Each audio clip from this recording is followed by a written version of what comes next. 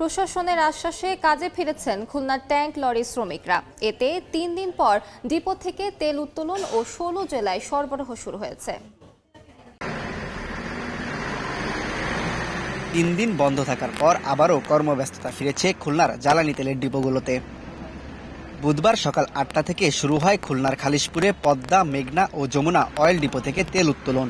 সরবরাহ করা হচ্ছে ১৬ জেলায়। ৩ দিন অপেক্ষার পর নিজ নিজ গন্তব্যে তেল নিয়ে যেতে শুরু করেন চালকরা।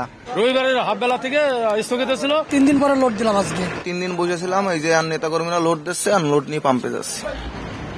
শ্রমিক ইউনিয়নের নেতারা জানান, প্রশাসনের আশ্বাসে এবং জনভোগান্তির কথা বিবেচনা করেই কর্মবিরতি স্থগিত করা হয়েছে। দাবি আদায় না হলে ফের কর্মসূচির হুঁশিয়ারি দেন তারা। যে দুর্ভোগ সৃষ্টি হয়েছে সেই দিক বিবেচনা করে নিজেরা দাঁড়িয়ে থেকে আমরা ট্যাঙ্করি তেল উত্তোলনের ব্যবস্থা আমরা করে দিয়েছি। যারা আমাদের আশ্বস্ত করেছেন তাদের প্রতি আমরা সম্পূর্ণ আস্থা রয়েছে। যদি কথা না রাখেন তাহলে আমাদের পরবর্তী কর্মসূচি আবার ঘোষণা করব আমরা।